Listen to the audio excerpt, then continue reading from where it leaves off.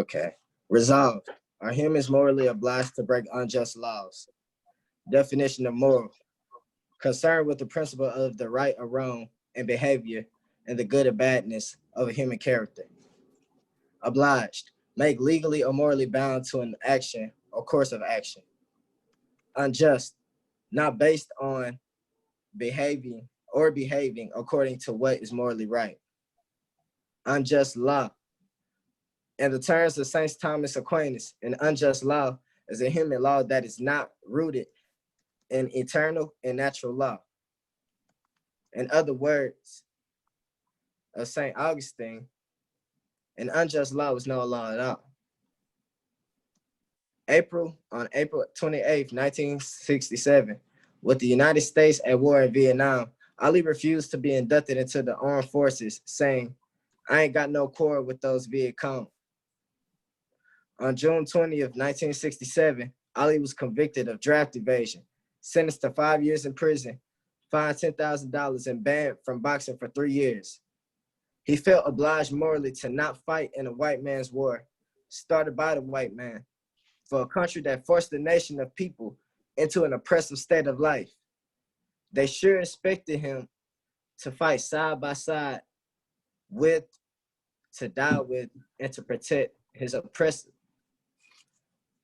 On February 1st, 1964, African-American college students sat at an all-white lunch counter at the local Woolworth store in Greensboro, North Carolina.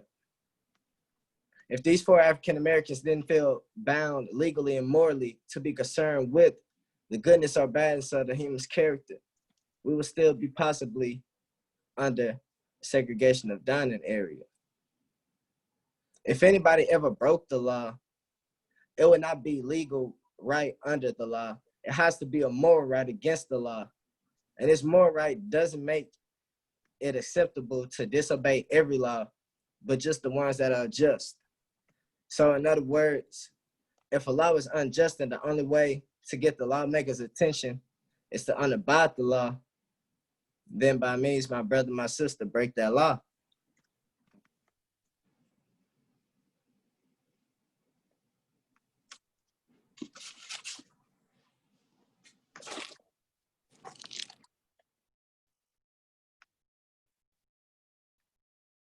Okay, you done?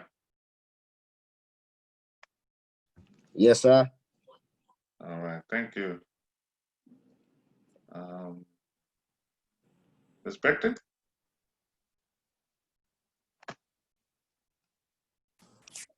Hello, good morning. Good morning. Okay, rebuttal. You cannot just break the law. The law is the law for a reason.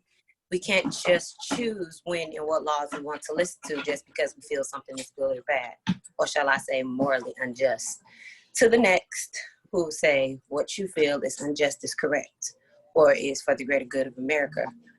Our President Theodore Roosevelt once said, "No man is above the law and no man is below it, nor do we ask any man's permission when we ask him to obey it. The law isn't a question, it's a declaration. And if you feel that something needs to be done, there are ways to go about unfair laws. It's called a bill. As a citizen of any state in America, you can go to your state representative, put in a bill proposal for a new law or to change the existing one, and do your research so that law doesn't conflict with the next. You don't just choose which laws are not fair and just break them. I don't feel I should stop at yield signs simply because I feel it should have said stop. But trust me when I say they work is just the same as because oncoming traffic is still going to come. The law isn't an option, it's an instruction. Luckily for you, Mr. Sale, this isn't back then and this is now. So times are different.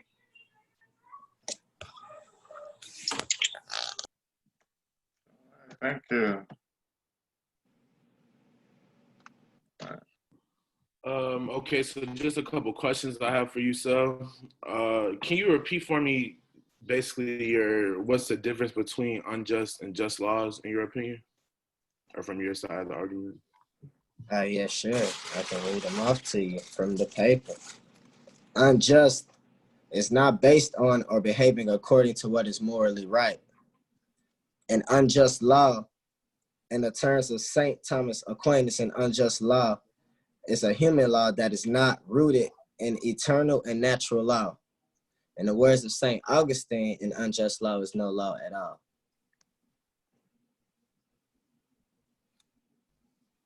All right, thank you for that.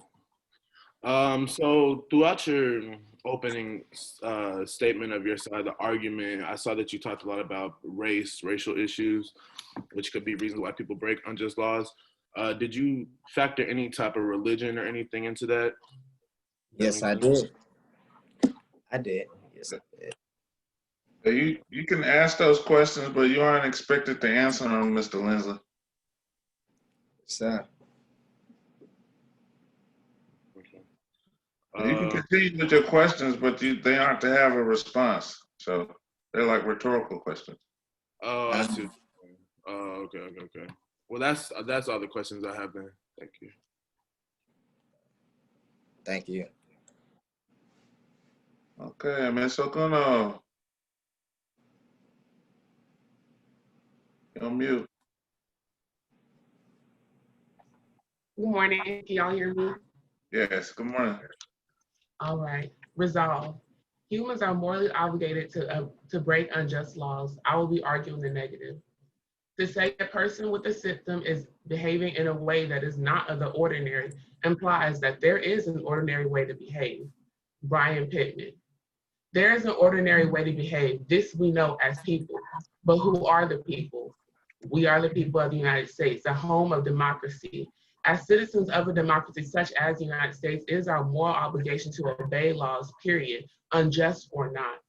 Prominent political thinker Thomas Cristiano argued that the principle of public equality. He believed that public equality is essential and fundamental for democracy, and defended that this is what provides a moral obligation to obey unjust laws with an appearance to authority of democracy, which is derived from public equality. What the most important element of this theory of public equality is the principle of public equality entails that the institutions of society are structured in a way that ensures equal treatment of all citizens and that enables citizens to see that they are being treated equally as well. He also states that social justice requires that justice must not only be done, but it must be seen being done. Thus, we may understand that justice as a matter of public realization of equal advancement of interests of all citizens. Public equality, therefore, is the core principle of social justice. Cristiano also discusses that there are several basic facts that, given this theory, debunk it, which are, of course, disagreement, diversity, fallibility, and cognitive bias. It is inevitable that citizens will disagree about justice and have different interests, and fallible in their judgment of interests in others, and are biased towards their own interests, mainly because they understand their own interests better than understanding someone else's. I agree with my counterparts that these are issues. However, in the search to find the best way of which citizens can publicly be treated as equals, it cannot be denied that these facts of judgment have to be taken into account and considered. The answer to these problems in the democratic decision-making process, which I consider uniquely suited for this solution, is that the democratic decision-making treats all citizens publicly as equals, but nevertheless, it respects the disagreements about justice, the common good, and desirability of substantive laws and policies. Moreover, democratic decision-making process derives the authority over citizens from equal say that all citizens should have the formation of the democratic assembly. Basically, citizens have to obey decisions because both the assembly and the decision-making process are grounded in the equal say of all citizens. Therefore, the democratic assembly has the right to rule by means of laws and policies. The citizens have the duty to obey these decisions because it is the authority over them. Obedience is a duty, more specifically because of the democratic nature of those decisions. Therefore, I believe that any citizen who disobeys legislation of the assembly acts superior to their own fellow citizens. Citizens who try to skirt democratically made laws contrary to the equal right of all citizens having a say in making these laws when there's a substantial informed disagreement means they're thinking that they're superior than other citizens. For example, Just because you want to refuse to pay taxes and those who refuse to pay property laws on their grounds doesn't mean that these laws are unjust. Who's to say these laws are unjust? It's all based on personal bias. With that being said, it's making their act unjustly and a violation of the duty to treat others publicly as their equals. Therefore, when a law of the assembly is unjust, citizens have to obey it. Citizens have to be tolerant and abide by unjust laws for the sake of publicly and being democratically equal. It is only morally just that the interests of every citizen has to be publicly treated as an equal member of society, which is preeminent given for the aforementioned facts of judgment.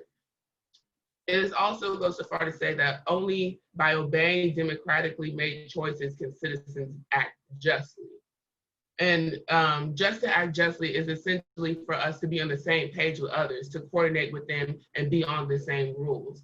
For example, two people may be perfectly conscious and may believe the same principles, but will end up violating each other's rights just if they don't follow the same set of rules implemented by the same principles.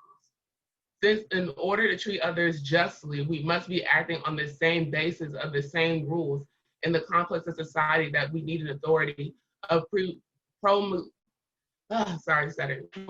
these rules and publicly.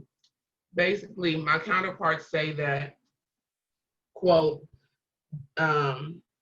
unjust law is not a law at all, end quote, or that just the ones that are unjust should be unfollowed. However, I like to leave you with the following questions to think over. Who are we to decide which laws we're going to pick and choose to follow?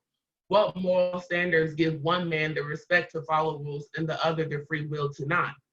Should not all men be treated equally? Is it not fair but moral for all citizens to be held equally accountable no matter how unjust or just the law is?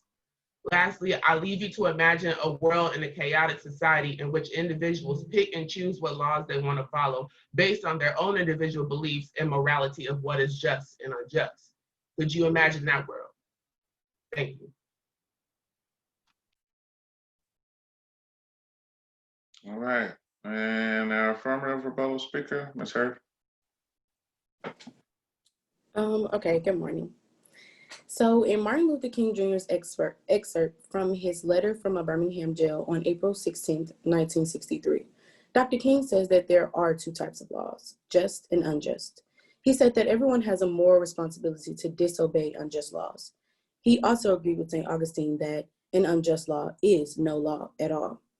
As an African American, there were and are so many unjust laws surrounding the race, such as slavery, legal lynching. We were forced to give up our seats to whites. We couldn't attend schools. We couldn't even eat at restaurants. And we have never had equal pay. You say that there is an ordinary way to behave. This we know as a people. You then proceeded to say that we, the people of the United States, but for a long while, we were only 3/5 of a person. Does that still mean we have to behave in this ordinary way? You also spoke on public equality, but to this day, Blacks are not equal to whites in any capacity. So I ask you again, does this mean we have to behave in an ordinary way? These laws were made to be broken. And under what circumstances could laws such as this not be? It wasn't enough for them to take us from our homeland and enslave us for 250 years, then supposedly let us go, just for them to put all of our men on the front line to be slaughtered in war. We had to then fight for everything we obtained, which wasn't very much. The laws that were placed for us were mediocre at best and were never really enforced. Most unjust laws were prompted by special interest groups or industrial lobbies, religious zeal, or as a result of prejudice, fear, or racism in our case. Whites were always aware that we were the superior race, which is why they tried so hard to keep us down. Thank you. All right, Mr. Wallace. Just some rhetorical questions to think about based off what the affirmative rebuttal speaker just said. If some of our ancestors had not broken certain unjust laws, where would we be at today? It's something I just want you to think about in terms of this whole entire debate process. That's the only question I have. All right, we'll move into our conclusions and start with the affirmative rebuttal speaker. That's me, right? Yes, ma'am. Okay. Okay. Although lawmakers say that church and state were one entity, their actions did not reflect. For example, although the Bible says thou shalt not kill, it was okay to lynch Negroes. And even though we are all God's children, African Americans were only half a person. Even though they say that times have changed, we all know that they haven't. For one, we are still fighting the same Black Lives Matter fight that Dr. King was fighting 50 years ago. And although they aren't lynching us in Times Square, the police get an opportunity to do so in a different way. The difference between the two is that news coverage was filtered by whites because that's who owned the networks. In current times, everybody has a cell phone and can record and post exactly what's happening while it happens. This makes whites just a little bit more accountable for their actions. It's a little harder to throw the rock and hide your hand in today's society. Every day, more and more of our people are dying at the hands of white corrupt police officers. And if they cannot kill us, they put us in prison and let us rot there. There is no social justice because all of the lawmakers are white men who are old, who only want to help themselves. This system, make no mistake, this system is made to help keep the rich richer and the poor stay poor. In closing, in Civil Disobedience, Thoreau begins his essay by arguing that the government rarely proves itself useful and that it derives its power from the majority because they are the strongest group, not because they hold the most legitimate viewpoint.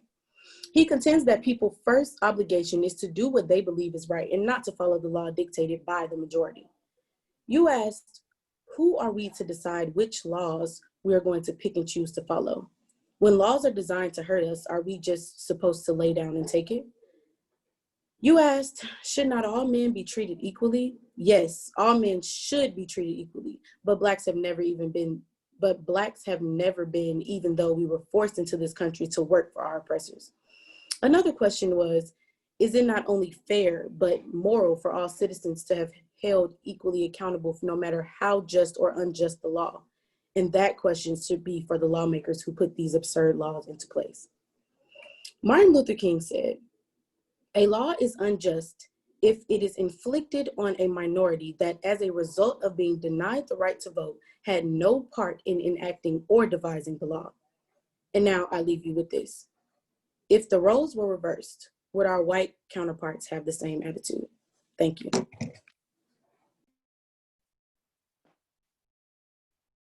Ms. Bector?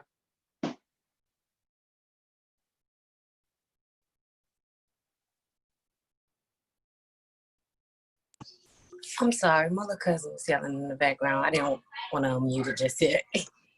Go ahead. Okay, pull this up. I would like to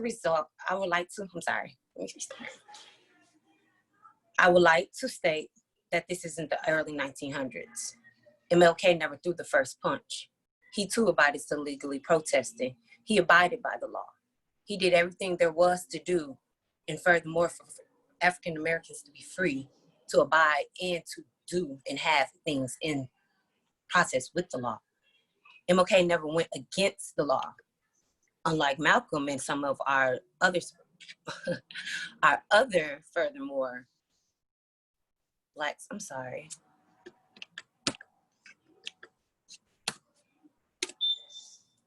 Sorry. This isn't the early 1900s. MLK never threw the first punch, and he too abided by the law. MLK also said, the universe is on the side of justice. Justice meaning the law. In no shape, form, or any way or sectary state that the law should be broken. It isn't to become to whom or one or such what laws should be or what we should say is right. We can't just prove or say anything is just unjust just because we feel it's unjust.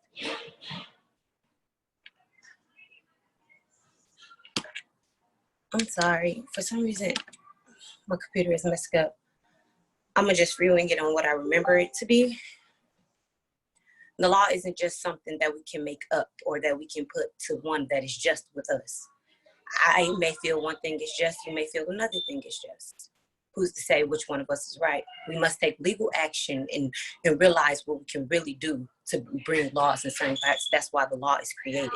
For without law, there will be chaos. Without structure, there will be torment, and without principles and moralities and people that sit over us, there would be no ordinance at all. I say to you in conclusion, into the following: what laws to you are the ones that should be broken? And as my fellow leader said, Christian, she said, what laws to you are any man that puts themselves above the law or make themselves to say that this is unjust? It's 1-2 breaking the law and just saying, forget all laws there is. What I believe and what I stand for comes before the law, which nothing does. All right, thank you. We'll let you close, Mr. Wells. All right, so throughout this whole entire debate and coming into this debate, I originally was staying neutral, not picking a side. However, through the facts that have been brought forward through both the affirmative side and the negative side, I have actually chosen a side.